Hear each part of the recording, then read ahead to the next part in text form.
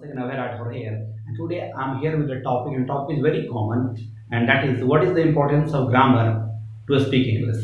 So, what is the importance of grammar in a spoken? Friends, first of all, I want to define here. It is a phobia nowadays because a lot of teachers, a lot of students are confused, and they start learning a lot of grammar. All the chapters are learned by them, but they are not able to speak even a single sentence in English. So, friends, I want to just make you clear here that if you go in the history of English, you find that first language came and after language grammar was formed.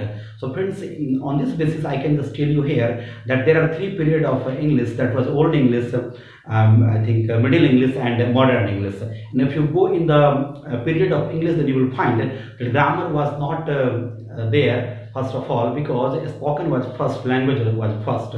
So I just want to tell you here for all the students and all the people that please don't go behind grammar, because grammar is nothing. It is all about practice. If you are in practice of grammar, you can make all the questions for different examinations.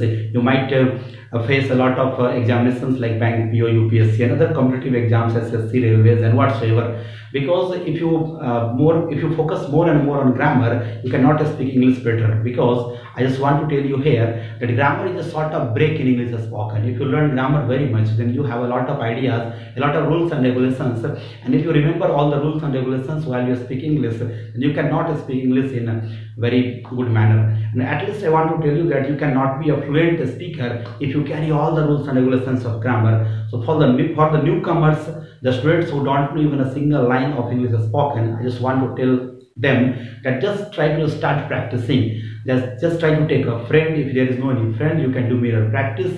Just take a very small topic. You can take a lot of topics like my father, my mother, about myself, your classroom, your I think books, and any other topics. So don't go behind much more grammar, because grammar is nothing, but it is a break in your English spoken. Just if you want to be a good speaker, then just go behind the practice of English spoken. And if you are practicing every day at least half an hour, definitely within 7 days or 10 days you will start speaking good English.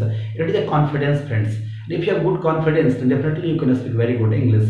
And I just want to give you some suggestions how to start English spoken. And before also I have given you some videos that how to start conversation, how to introduce yourself, and just practice those topics, see those topics time and again. And if you are practicing, you can be a good speaker. For initial stage, you can use some starter of sentences like there, it. You can make some sentences like there is a student, his name is Ram, he is my good friend. A lot of sentences are there. You can make some sentences sitting in your room, like if you are in your room, you can see towards your books. You can say that yes, these are my books, these are very very important. You can take the name of books.